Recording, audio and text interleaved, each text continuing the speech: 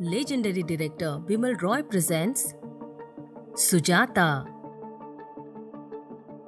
Namaste, I'm Grishma and I welcome you to the IndiCineGlitz channel. The movie begins with a civil engineer named Upendranath Chaudhary who is at the site and supervising the construction work. Some labourers informs him that cholera has spread in one of their labourers' camp and people are dying. Upendra, who is in charge of the workers and is considered a kind-hearted person, assures them of help and promises to send the help from the government soon. The next day is his daughter's Rama's first birthday, which he is celebrating with great pomp. His wife, Charumati Chaudhary, is preparing for the celebration and guests have started arriving.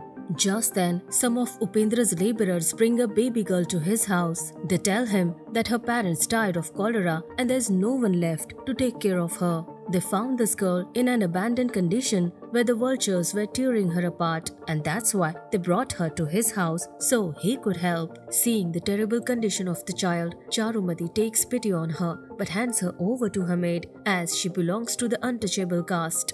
According to the Hindu religious text Manusmriti, Hinduism is based on 4 Varnas. At the top are the Brahmins, who had control and dominance over the society and held the highest positions. Below them are the Kshatriyas, who were mainly warriors and farmers. The third are the Vaishyas, who were mainly traders and farmers. And at the bottom are the Shudras, untouchables or Dalits, whose duty is to serve the upper castes loyally and without complaint. Shudras are meant only for slavery and hence they are ineligible to receive education. Their most sacred duty is to serve the upper castes, otherwise they will die the worst death.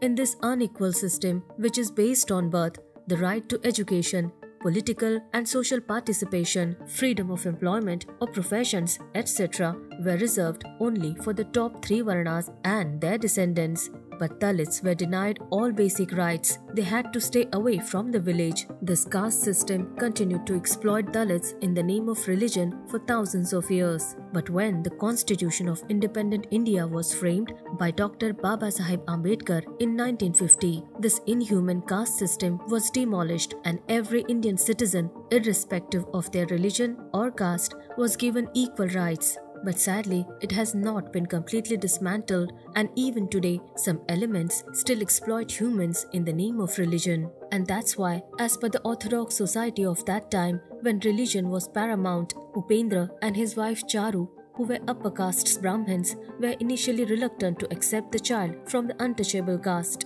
but later handed her over to their maidservant until any of her relatives is found. Meanwhile, Upendra's aunt Giribala comes to meet him after a long time.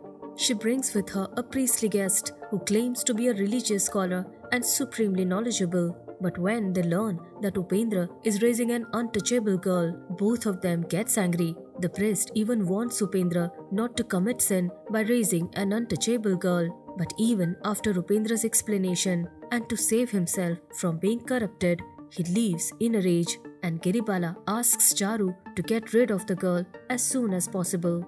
This incident upsets Charu greatly as she doesn't want to offend her relatives and guests by keeping an untouchable girl in her house and asks Upendra to get rid of her soon. After a few days, a distant relative of the girl comes to take her away, who is a drunkard and delinquent. But Charu refuses to give baby to him and asks Upendra to send her to an orphanage instead. Upendra then tries to take her to an orphanage, but after seeing her crying, Charu's affection for the girl overcomes her conservatism. And even though Charu doesn't love her like her daughter Rama, the girl loves Charu like a mother and the family like her own family.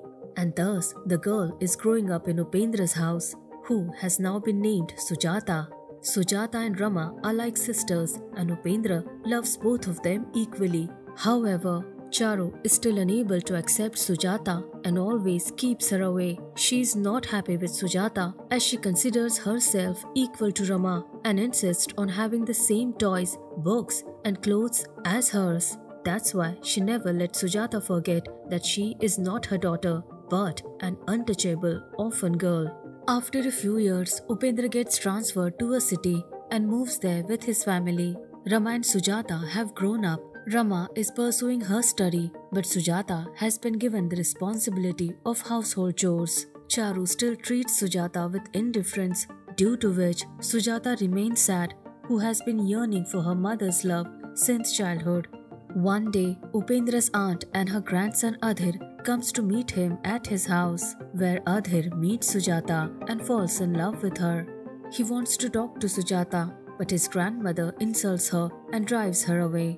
Adhir's grandmother is still angry with Upendra for raising Sujata and allowing her to live in his house. Adhir notices his grandmother and Charu's indifferent behavior towards Sujata, but unable to hide his feelings, one day he confesses his love for her. Sujata also starts liking him, but Adhir's grandmother wants Adhir and Rama to get married, and in order to get rid of Sujata, she proposes her marriage to a rich middle-aged widower, to which Charu readily agrees. When Sujata learns about Rama and Adhir's marriage proposal, she gets heartbroken. She then tells Adhir that she is an orphan girl who has been raised by Upendra's family, due to which she can never think of hurting her mother even in her dreams, and also that she belongs to the untouchable caste, so it's an act of iniquity for an untouchable to marry an upper caste. Therefore, he should stop seeing her, to which Adhir replies that he is against casteism and that any form of discrimination is inhuman and should be eradicated. He believes that all human beings are equal and insists that he only loves Sujata and cannot think of any girl other than her. He then confronts his grandmother and tells her that he wants to marry Sujata and not Rama, to which angry grandmother says that even though he doesn't believe in customs, she is strictly against breaking them and doesn't want to corrupt her dharma by bringing an untouchable girl into her house. On this, Adhir calmly says that the gods she worships have never asked to discriminate between humans, and according to dharma, if a Brahmin raised in a Shudra's house is considered a Shudra, then why can't a Shudra who's raised in a Brahmin's house be considered a Brahmin? He insists that there can be no bigger sin in the world than discriminating against people based on birth, and makes it very clear that he will marry only Sujata. On this, the grandmother threatens to throw him out of the house and disinherit him. But when the determined Adhir tries to leave, she accepts her defeat and is forced to consent to their marriage. When Charu learns that Adhir wants to marry Sujata and not her daughter, she gets angry. She considers Adhir to be the ideal groom for Rama and is eagerly waiting for their wedding. But now, her dream has been shattered by Sujata, whom she never liked. She accuses her of ruining her daughter's life and breaking her trust despite raising her like a daughter. She is about to throw Sujata out of the house, but loses her balance, falls down the stairs and gets severely injured, and due to excessive bleeding, she needs an immediate blood transfusion. But the blood of both Upendra and Rama doesn't match with her, not even Adhir's, who immediately reached there as soon as he got the news. But Sujata's blood matches hers and Charu gets out of danger. But since society at that time was not as advanced as today, Charu doesn't understand how an untouchable's blood could match with hers, as untouchables were not even considered human beings. Adhir then makes them realize that whether untouchable or Brahmin, we are all human beings of flesh, blood and emotions, and each one of us has the right to live with dignity and respect. With Adhir's wisdom, the veil of ignorance covering her mind finally begins to lift. Charu's mind, which was clouded by hatred, can now see Sujata's affection and love for her, and in return her terrible behavior towards Sujata. Upendra also shows her a letter from Sujata for Adhir, in which she requests Adhir not to displease her family and to marry Rama to fulfill the wish of her mother and his grandmother. Charu is now ashamed of her behavior. She apologizes to Sujata and proudly tells her that she is not just like her daughter, but her own daughter. Emotional Sujata is more than happy and hugs her mother.